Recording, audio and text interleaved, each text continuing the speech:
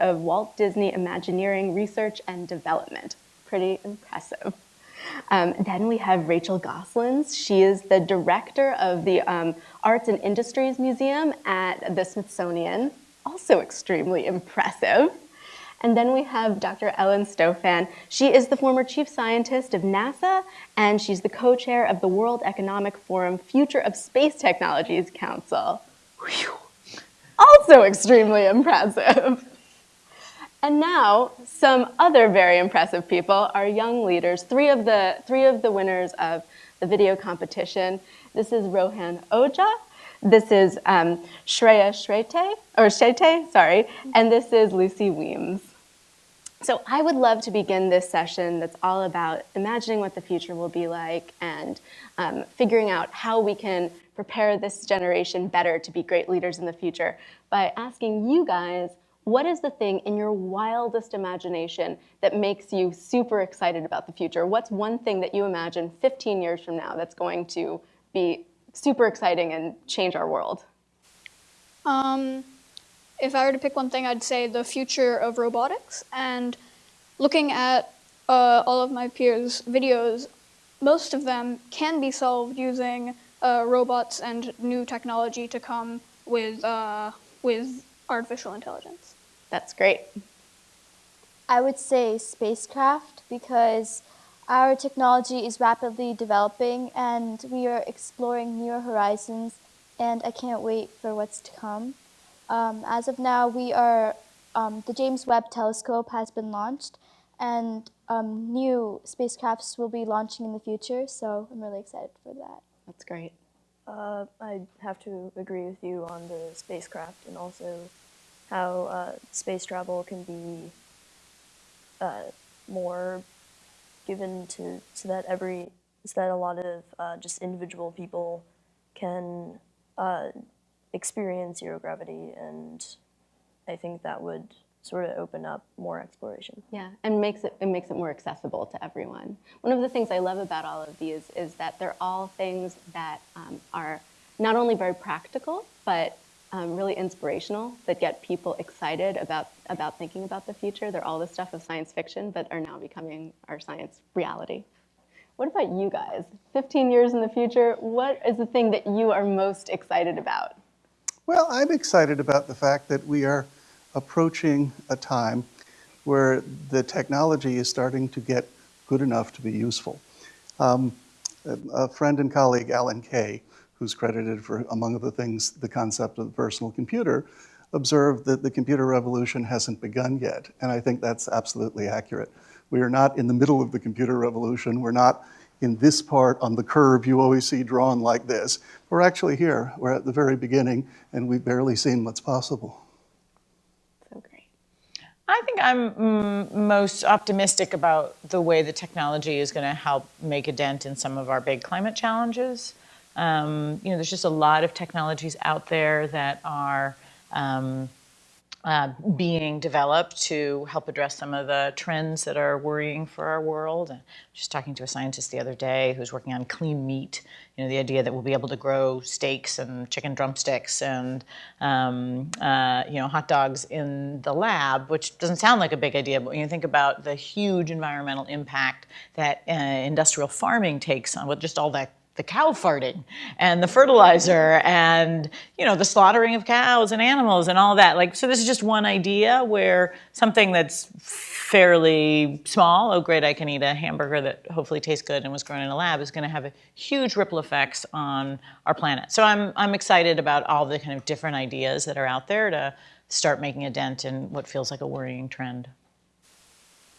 I'm really excited, actually, about something we were just talking a little bit about. It's something called citizen science. It's where all of a sudden all of us are becoming scientists and contributing to the great body of knowledge.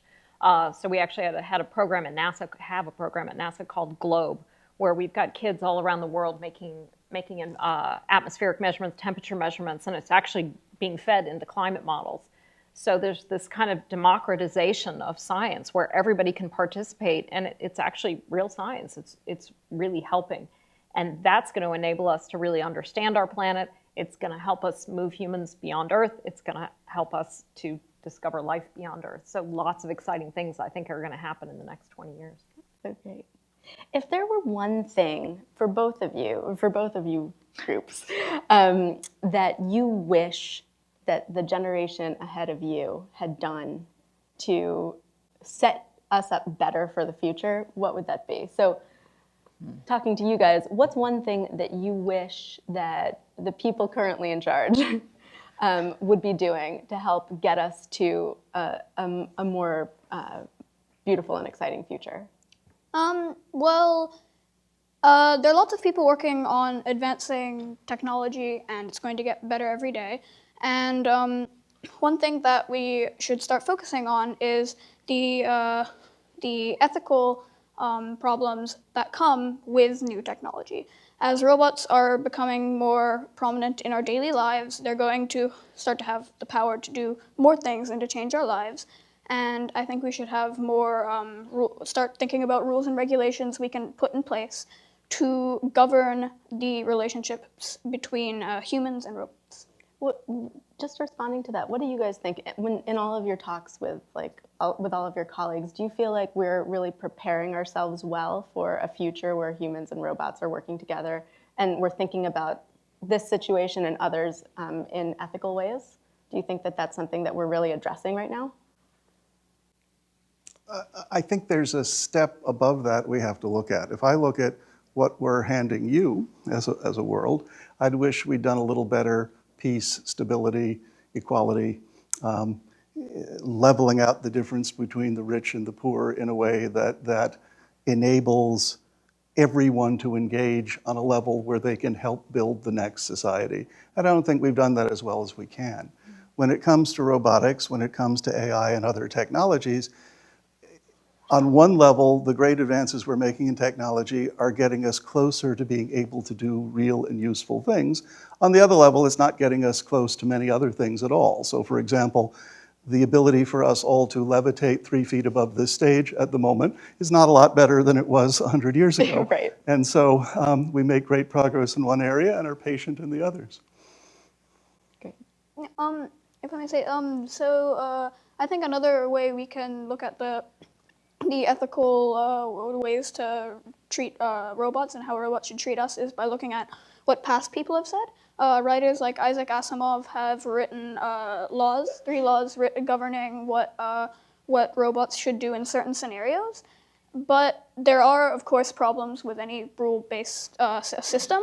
The first law is that a robot should not harm a human. It should do what it can to prevent harm. And the second law says that as long as it follows the first law, it should listen to what a human has to say. It should follow its orders.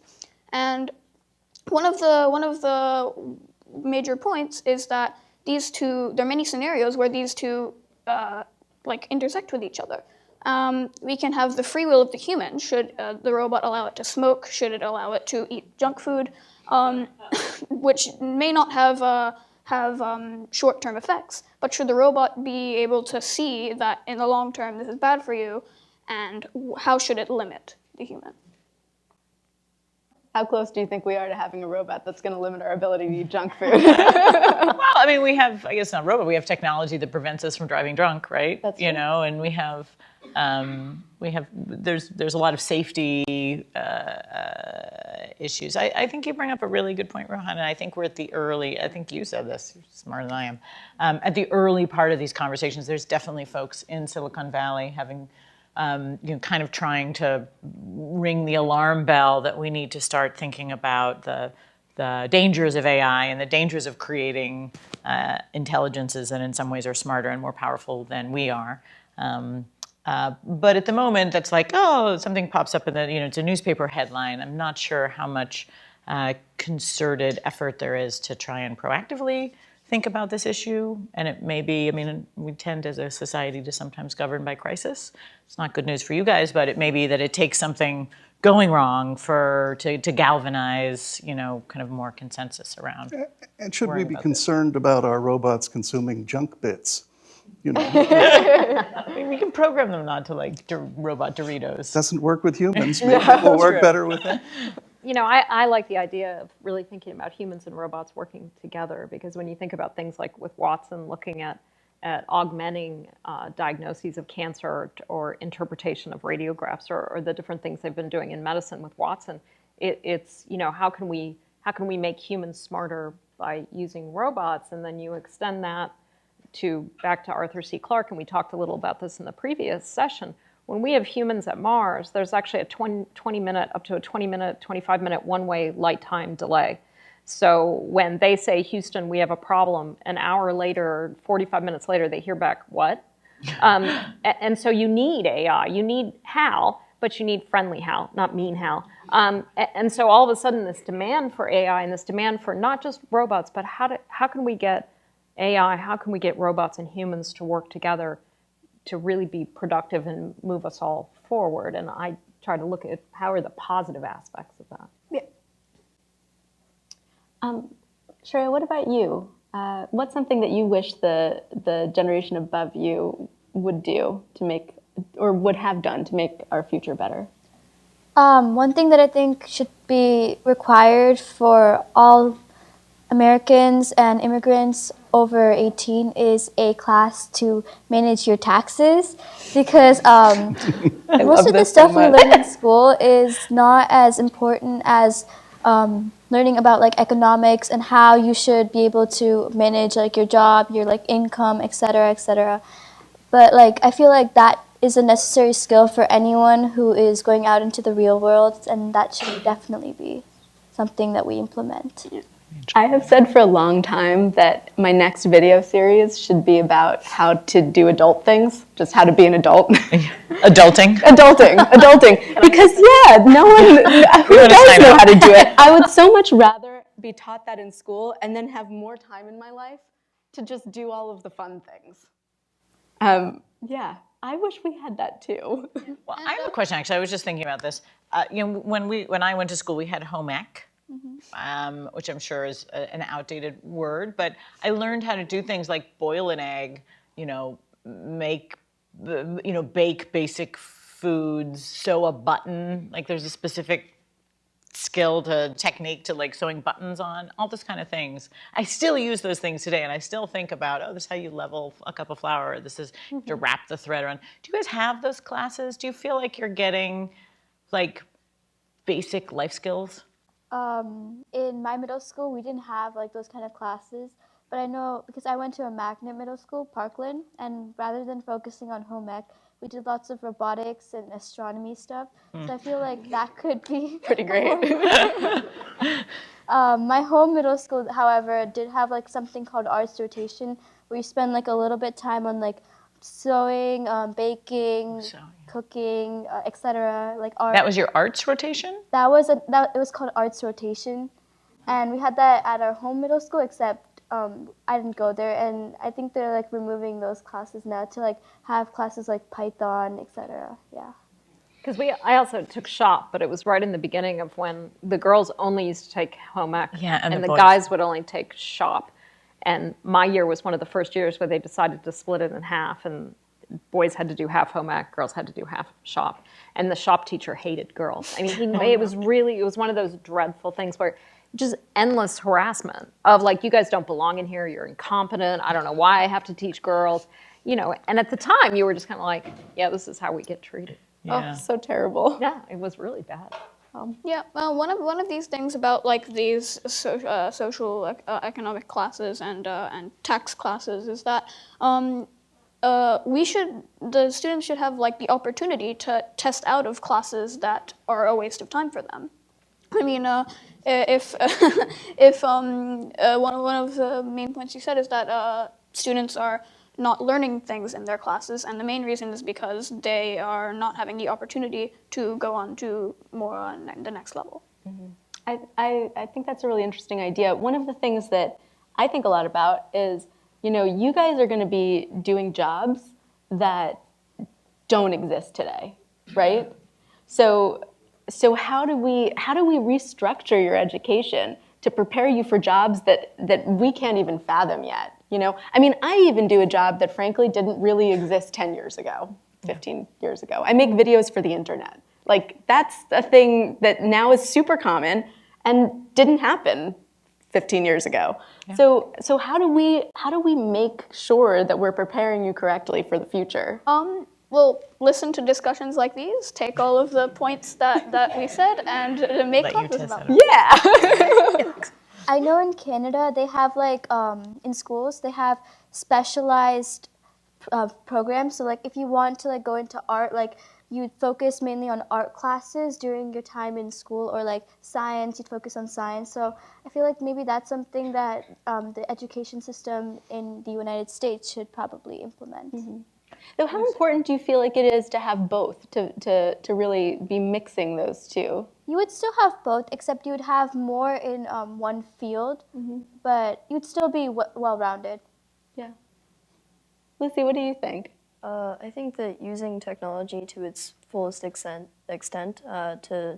so for instance, like reforming education and reforming things that have been the same for a while, and but technology isn't used to help that and make it better. So I think that just really learning how to use the technology so that we can improve or make more specialized school systems. And yeah. So really like leaning into the technologies that we know are up and coming right now, and preparing you guys to be able to use them. Yeah.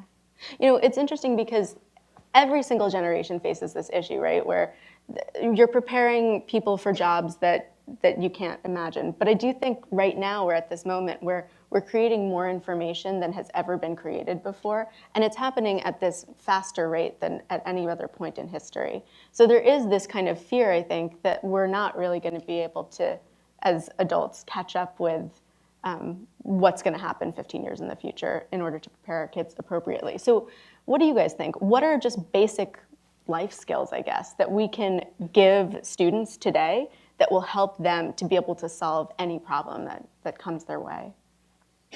How to differentiate between real information and fake information.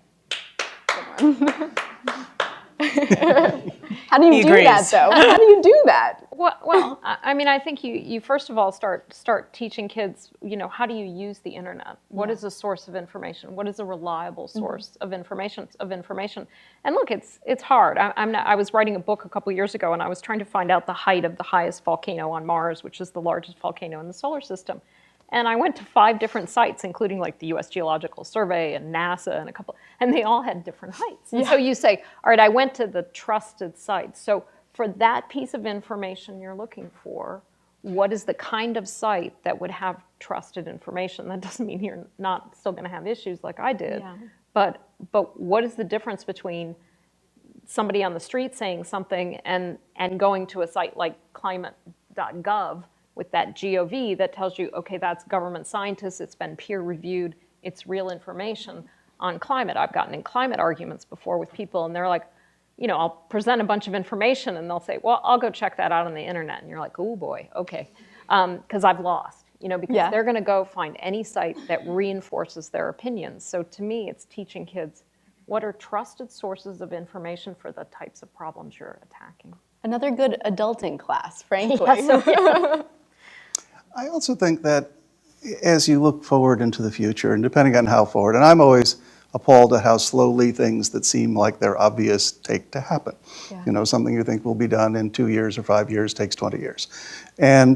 But part of the issue is the arts and humanities will always be important to us as humans and how we perceive each other and ourselves and reflect upon that experience.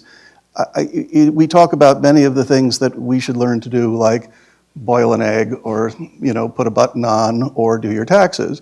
Those are all automatable. So the reality is we have a demented tax system which keeps getting more demented, and as a result we have a giant industry whose function it is to help you learn and understand that. That'll all just go away, right? That's algorithmically tractable. Boiling an egg, a machine can probably do it better than you can.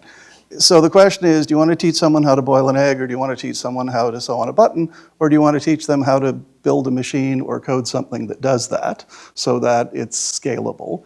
But the real question, I think, is the balance between human passion what do we love and what do we care about? What are things that are not automatable, such as art? And you can say, well, you can have a computer and with deep learning turn out things that look like Da Vinci's. And the answer is yes, you can turn out things that look like Da Vinci's. They're not Da Vinci's. And so, emulating art is different than creating art. So my sense is the arts and humanities are, if anything, more important than they've been, because they give us the tools to help understand some of these ethical questions and some of these challenges which we have to grasp. At the same time, when I hear people talking about let's regulate technology to slow it down, that doesn't work. It just means it goes elsewhere, so the people interested in that research will not work in the area it's regulated. They will move to a place where it isn't regulated. So I think the challenge is, how do we move forward sensibly? How do we prioritize based upon the impact on people's lives? Because that's ultimately what matters.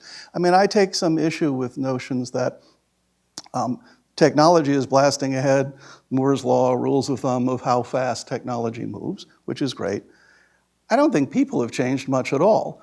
And so, the basic things that people care about, family, love, shelter, food, other things, this is pretty constant and doesn't change. And so I think our biggest challenge is, how do we manage the Moore's law, like doubling every 18 months of whatever you care to fill in, with the fact that we aren't changing at that rate at all. Our tools are changing and the rules are changing, but that balance strikes me as being one of the fundamental questions for the future. I could not agree more. I'm an arts and humanities gal. Could not agree try more. to agree more.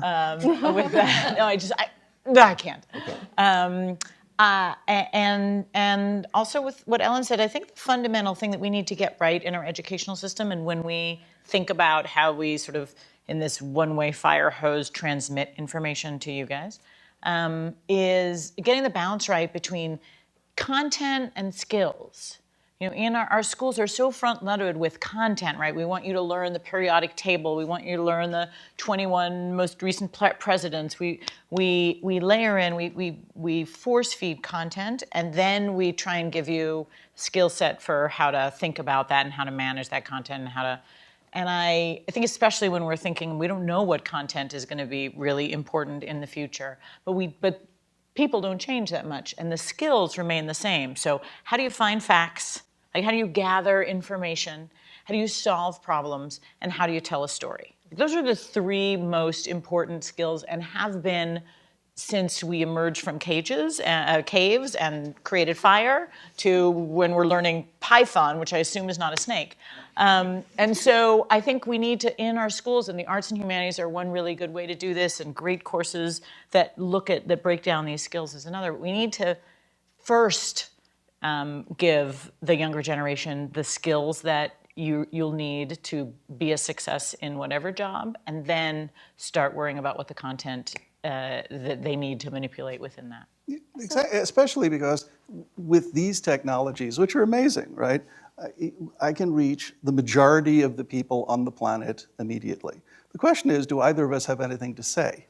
So this question of communications, what enables search for knowledge, the question is the knowledge accurate or is it inaccurate? Does the person have something to say? Do we have a common set of experiences that we wish to share with each other? I mean, that's what makes us human. In terms of, you were talking about problem solving. I mean, how do you teach problem solving? How do you even begin to do that? I think the way we do it now is using content, right, to drive that. Is there a more kind of, if we could distill it down, is there a more basic way to think about teaching problem solving? I don't know that there is. I'm just posing the question. I mean, there is a lot of great work being done in this curriculums around grit and resilience and open-ended thinking and imagination and creativity. So there's a lot of good work being done in this, I think, in trying to think through this. I'm not sure we're doing a great job. Yeah, there's been a huge amount of research around how we teach science. We historically, and certainly the way I learned science, is we memorized massive amounts of facts and textbooks. And they found that most kids memorize it for the test and then forget it. So what good are we doing? And so instead, by doing experiential learning, having kids do experiments, open-ended inquiry, these are ways that kids actually will learn scientific concepts maybe you won't cover as much material, but they'll actually learn it and remember it. And so it's hands-on learning, using all those different modes of the brain to actually learn something. And so I think there's great research being done in this area. I'm curious, you guys are all in good schools. You're all clearly super smart and in, your advanced classes. Do you feel like you're being taught how to solve problems or how to tell stories or how to gather facts? Or do you feel more like you're being taught content? I mean... Sorry, you can go ahead. Sure. Okay. So, I mean, it depends on the teacher and the class. Like, some teachers, they rather than focusing on, like, the content, it's more hands-on learning. For example, in my middle school, we had, like, a robotics class, and instead of our teacher telling us exactly how to do it and what to do, he would tell us, okay, you have to do this, and you have to figure out how to do it. And so, by the time we were done, we would know exactly how we did it, we would remember how we did it, and basically, our problem would be finished. We would be complete with the challenge. And I feel like that kind of learning is super important. And some other teachers, like, for example, with the chemistry, yeah, like, we do still have more memorization rather than experiments. And yes, there are experiments, but I feel like having more hands-on learning would be more better for the kids. Yeah. Yeah. What do you think? I mean, no system is perfect, and with such a huge student body, there are some classes which are less useful than others, and I think in just my example, I have most of my classes have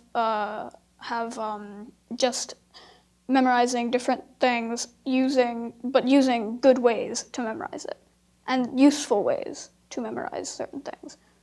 So it's still memorization, which in a way is learning, except it's taught in a more hands-on way. Great. What's when you're in school, or really at any point in your life, frankly, I'm curious about both what inspires you, but also what makes you really bored. What's the one thing that happens in a classroom, for example, that's like the most boring thing that you just wish you could get rid of, that's like kills imagination? Lectures. Lectures? Yeah. Look at that and we're like, what if it's really interesting? No. It depends on the lecture. I mean, I tend to like lectures that are more funny, humorous, and if it's a topic that I like, then I prefer lectures. And if it's a topic that I hate, then I hate lectures. I mean, it really depends on the topic. Specifically with lectures, like, for example, if the teacher is up at the board and then she's, like, writing stuff and then you have to copy that stuff down and just more stuff, like, for, like, the entire class period, I feel like that is something that really makes me bored and, like, drives down my imagination. So, yeah, it's not like, yeah, I agree with Rohan, like, the certain type of lecture depends. Like, it depends on the certain type of lecture.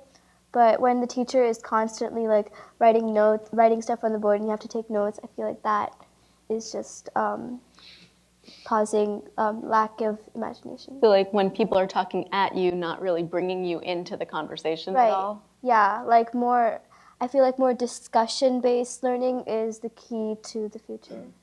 Lucy, what do you think? Basically, Totally agree. Yeah. Lucy, what was your best class ever where you felt like, oh, this is like really getting me excited? I'd say science class this year has been really fun. What's the topic? Oh, I'm sorry. Yeah, no, I'm curious, what made it? Well, I think like a week ago we dissected a sheep eye, and that was great. So cool. Was it tasty? And like at one point the vitreous humor was sort of like spilling out, and it was pretty fun. As somebody who makes a YouTube series all about gross stuff, this is extremely appealing to me. I kind of wish I could have come to your class. But I think it's important that we don't take the one-size-fits-all approach to education, because a lecture is not a great way to learn how to play a violin, right? Right. It's actually useful to pick it up and start making some noise. At the same time, storytelling is an incredibly valuable tool to teach many things in the humanities, except it's not a great way to teach math. And so the reality is, on one level, there are different approaches, some which work better, some distance learning approaches work great, so that, in fact, a lecture, you can hear a lecturer that you would normally not be able to hear through distance learning, which is great. At the same time, different people learn differently, and so what works well to teach one type of student may not work well with others. So I think part of the challenge is how do we get, the engineering term would be the impedance match of getting these things together so that a student and a mentor, mentee, mentor, have the ability to find each other in this connected world and extend that experience. Because clearly,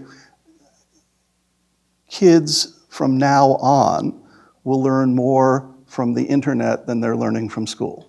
If you look at just aggregated things they learn, just like our generation learned more from television because that was around us in most households, and you watched us land on the moon and you watched a whole bunch of other events that way. So, the question is, as the tools change, and to your earlier point, as the storytelling tools change, because most of these successful technologies, whether it's newspapers or books or television, are about storytelling and how you tell a story in a more compelling way to a larger audience, then we're going to find more effective ways of getting people to understand what they desire and what they need, which are not necessarily the same. Right. I've got a friend in South Africa, a guy named Steve Sherman. He does this program called Living Maths, where he'll connect a classroom in the Netherlands, a classroom in Africa, a classroom in the United States, and then he'll have like an astronaut or a woman who is a technologist from the UK, and they'll do this like hour-long session, and you'll have kids from all different countries asking the person questions, and it's this really lively interchange, and you see these students all of a sudden looking at each other going, wow, those kids in the Netherlands and Africa, they're asking the same questions that I'm thinking about. And to me, the power of technology to bring kids around the world and have them learn in new ways and connect in new ways, I think has just terrific potential. That's really And ask the kids in Australia, how can they be hanging there upside down? It's really amazing. Blood rushes to their head. So kids around the world clearly have big imaginations and are asking the same questions, but I'm curious about why there's this idea that adults tend to lose their sense of imagination a little bit and their sense of creativity as they get older.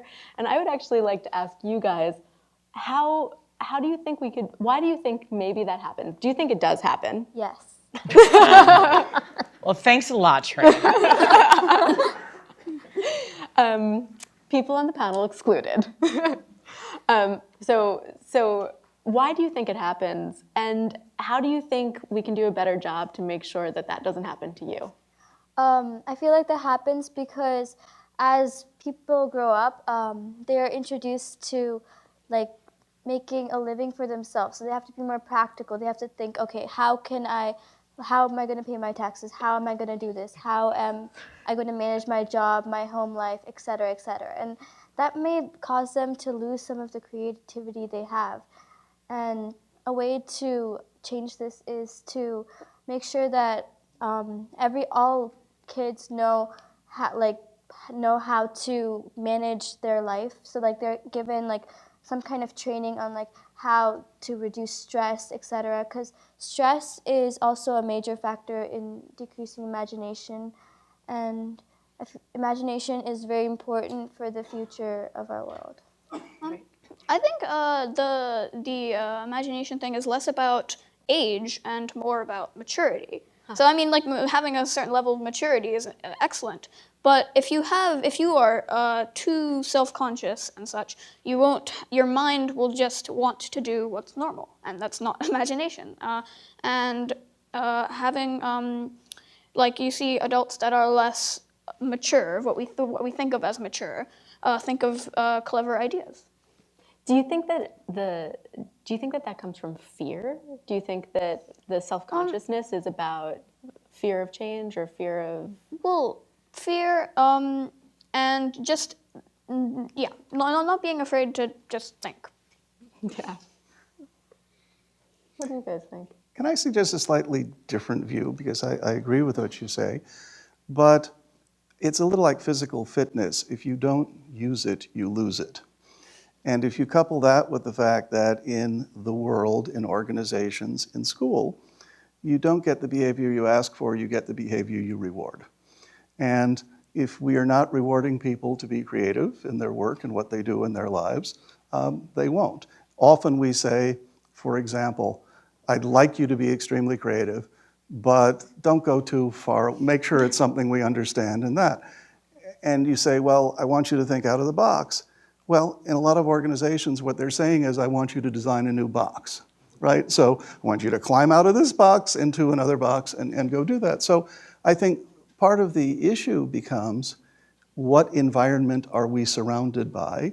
Is it one that encourages creativity?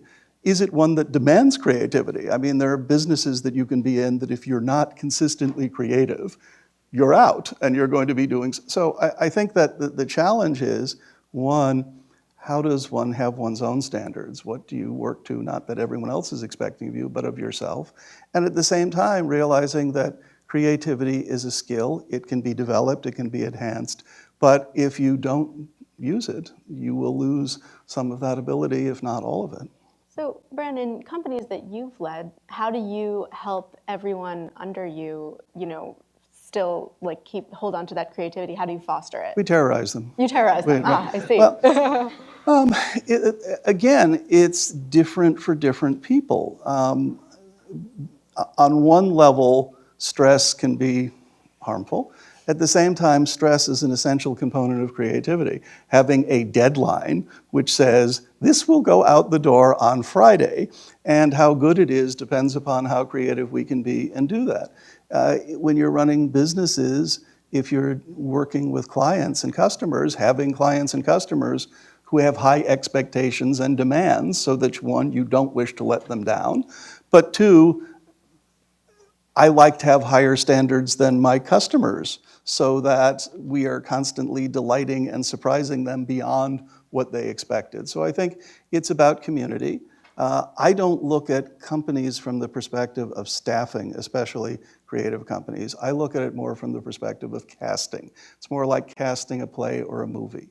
How does this woman, this engineer, this dog, this house, all work together in some way that gives us a novel solution to something, or it would be fun or challenging or engaging? A set of things are given to you as, here's what we'd like you to consider and how. And then the question of how creatively we approach that is the question of putting the right diversity of talent together and casting people in the right roles. Often a person who is really excellent at one thing is really terrible at another. And if you expect them to both do the same job, it's just not sensible. Right. Yeah, I agree.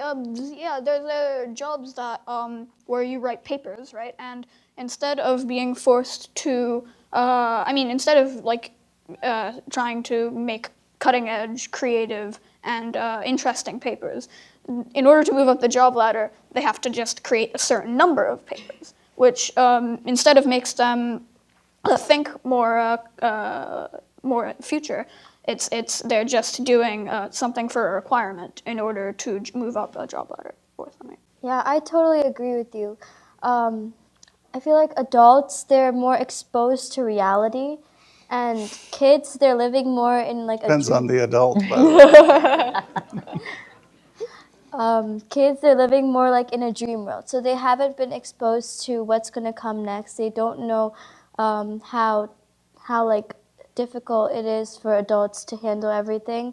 And maybe that sense of practicality that adults have causes them to have less time for imagination. So like you said, with delivering a certain amount of something, adults, they have to be practical. Okay, so I have to produce five papers for this project. And that just causes the creativity to die down a bit. Mm-hmm. And wouldn't you like it if perhaps the class asked for a paper, but instead you could do a dance, meaning that you could actually redefine and help ask a different question?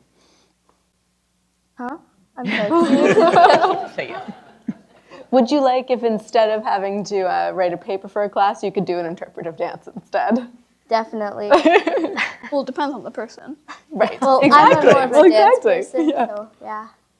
Lucy, would you like to do an interpretive dance? I think I'd read the paper.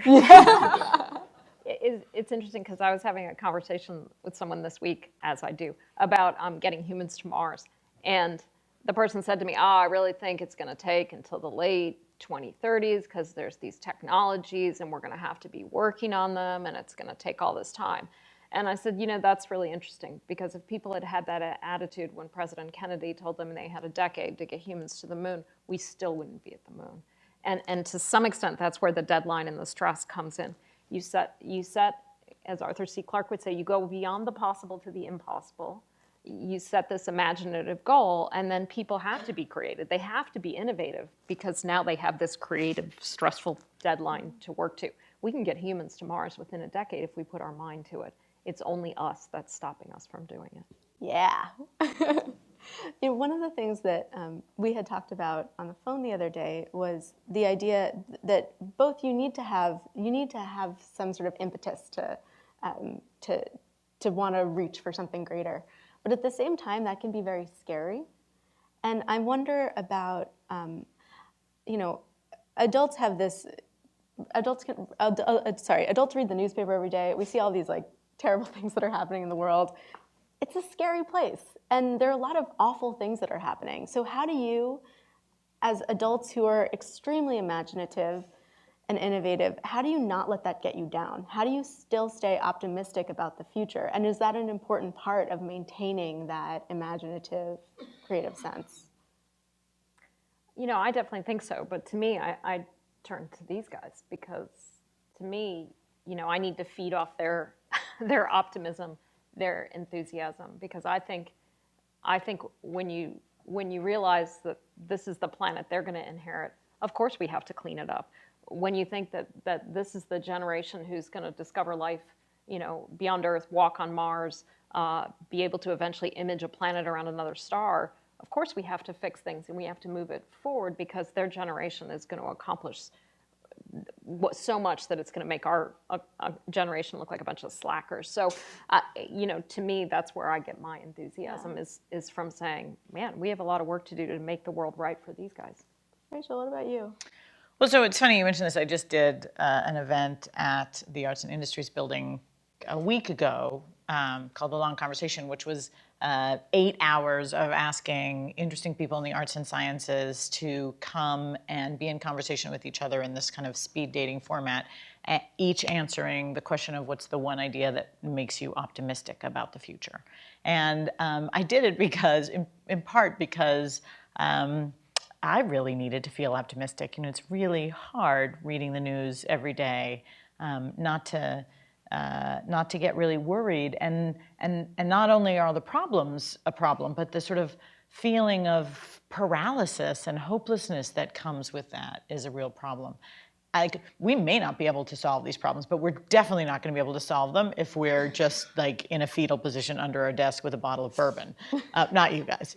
And so how do you create sort of this optimism? And one answer is what I tried to do in this event, which is like just surround myself with people who had really great ideas. Bran's another one, who just, who think about the future in a really exciting, dynamic way, who talk about how our world is going to be different if we can walk on Mars. So surrounding yourself with people that have really great ideas. And the other thing, I was in one of these conversations and I was talking to this really smart guy named Dan Schrag, who runs the Harvard Center for the Environment. And I wanted him to come bring some great idea that was going to solve our environmental problems. And he refused to do that because he said there's no one idea that's going to help. But he did talk about sort of the long cycle as opposed to the short cycle, and the way that we as a people have consistently taken on big problems that at the time seemed unsolvable and intractable.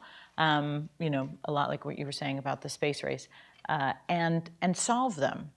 And then, you think about all the scary headlines about all the, division and inequality and hatefulness that are happening in parts of our society. But you also look at the long arc and you think there's never been a better time in history to be a woman, to be a minority, to be gender fluid. Even though you can really focus on the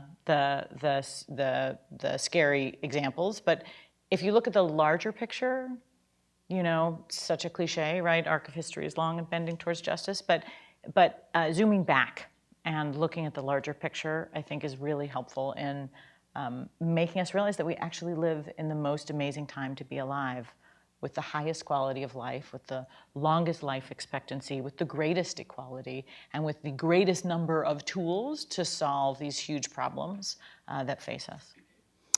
I would suggest that you have to think about it simply as follows. Optimism is essential, and negativity is like a cancer, right? And if you spend your time thinking about how miserable things are, rather than being optimistic about how you can make things better, things don't get better. Negativity feeds on itself. It causes people to not engage because it's hopeless, there's no solution. Being optimistic and positive says it doesn't matter how challenging this is, we can come up with a solution for it or a workaround.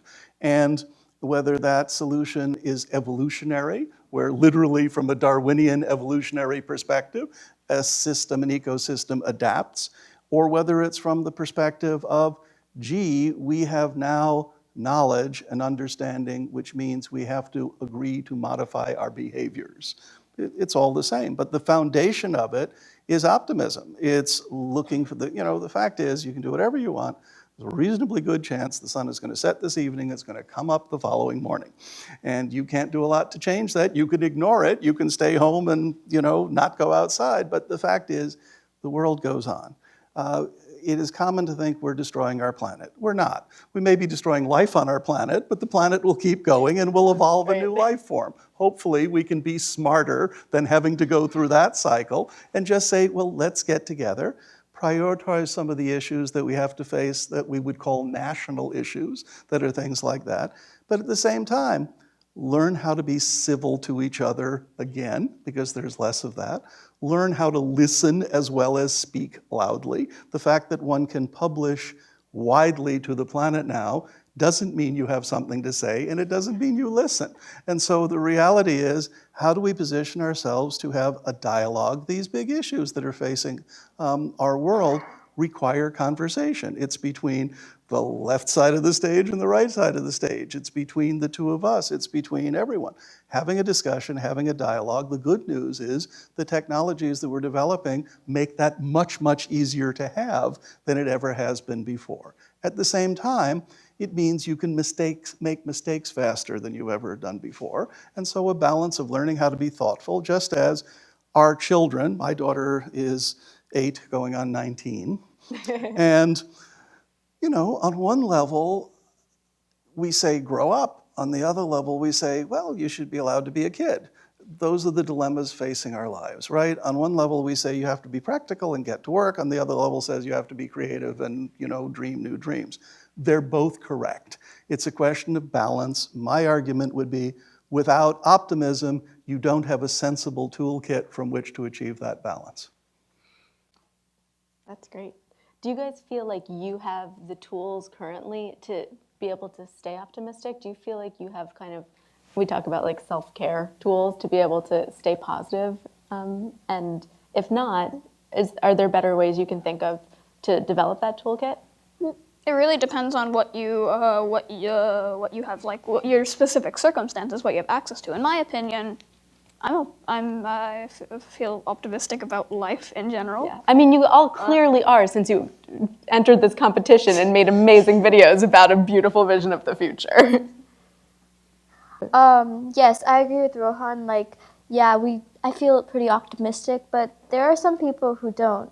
And I go to Poolsville High School, and I'm in the global ecology program there. And one of the things that we focus on is mindfulness. So whenever we go on a field trip, we go outdoors, and I feel like there should be a place where you can just relax and stay optimistic and not think about anything. And just like having that moment of peace is a way to stay optimistic. And one of the things that a lot of people feel depressed about is they feel like the instinct for trying to prevent the human race from dying out is being threatened, and we're going to die out for many different reasons. And I think that knowing that if human race dies out, that other species could evolve and become dominant. Does that mean that's the beauty of this Darwinian world, is that creatures can evolve, ants can evolve to be the new humans if and when we die out. And knowing that, it makes you more optimistic about Earth. Again, I just wanted to like go back to the mindfulness thing. So in our school, we have we spend one class period like once or twice a quarter, and then we listen to really peaceful music and we take like a nap for 30 minutes. That's so great. I want that. We have like these mats to relax, to like just like relax in, and I feel like every school should kind of implement that instead of like having just class all day long, just like a break from everything, just to think, to get like catch up on like rest, sleep, etc. And that's just a way to make sure that you're not too stressed or you're not taking too many things at a time. And also in my school, we have like a lot of these programs that try and help. But one thing to make sure about is that if we implemented something like that in our school, I know for a fact that some people will be complaining that it's a waste of time.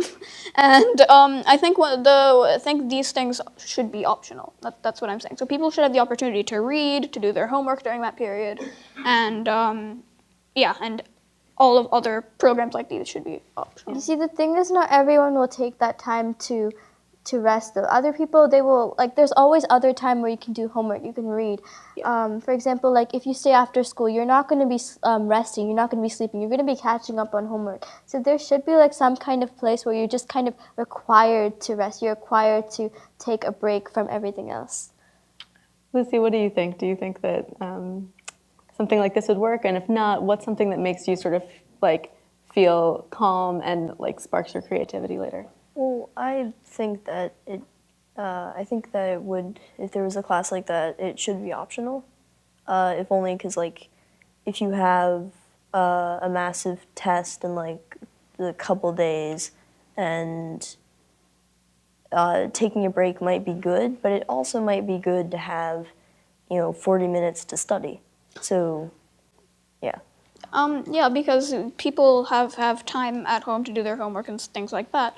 People also have time at home to relax. This happens during class time, so it's not taking away time from your homework. It's taking away time from your teachers are giving you the option to do that. Your teachers are taking away time from teaching you, but also not just because it's not a waste of time though, because it's like you're actually getting some rest, you're being able to relax, and yeah. Guys, I think we're running out of time, and I'd love to at least take a question, if not a couple questions from the audience. Yes? Wait, let's have the microphone, please.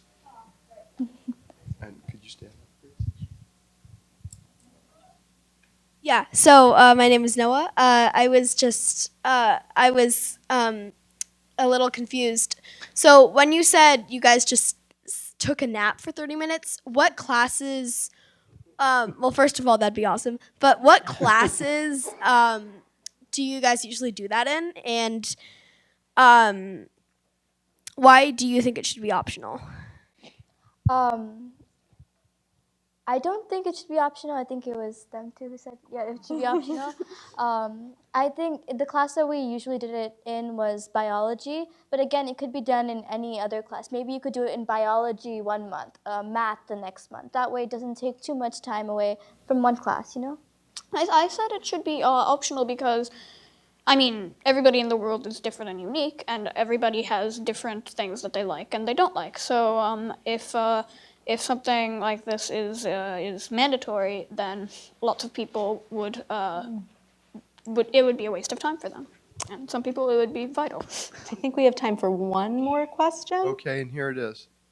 I'm going to summarize what the young people did across the street. You've touched on so many of the things that they brought up, but a couple of them were that they felt very strongly about was that we need to address the part of the society that will not be part of this discussion, the people who will not be connected to the technology and the people who will be left out, that while we're doing all these things that we need to address them. They talked about addressing depression and addressing the resultant correlation with young people committing suicide. And they talked about paying a lot of attention to public transportation so that we can get from point A to point B and build these networks that are going to be so important to the future. That's great. I think we've run out of time now. Thank you all so much for being here. Thank you, and thank you for this great discussion. Really appreciate it. Thank you. This was great, and it's a setup for this afternoon. You're all invited. Don't leave yet, because I'm going to let you know what we're going to do, but we're all invited back here and to be in your seats at 1:30 for the two Clark conversations on imagination. And one of the things that I expect and hope we'll be covering will be the point that some of you talked to and Bran spoke to, and that is, do we lose our imagination over time? I actually prefer, as an optimist, and I know he is, to believe that what happens that is not good is we become very good at self-censoring in the workplace, our imaginations. Probably not the workplaces that you three work in, but very often in most even high-tech companies. And so what we need to do is reawaken that. And how do we begin to create an environment, both individually and at large, that fosters and awards imagination? Just a second point, bring us back to the more pedantic. Arthur C. Clarke said a lot of very interesting things. We've heard some of them about imagination. But he also had something to say about taxes. To quote, he said, and this will mean more to some of the adults than you younger people, but to quote, he said, "The best measure of a man's honesty isn't his income tax return. It's the zero adjust on his bathroom scale." Now, we have across the street, don't slip, we'll have people showing you if you've not been there, we have lunch next to the Imaginarium.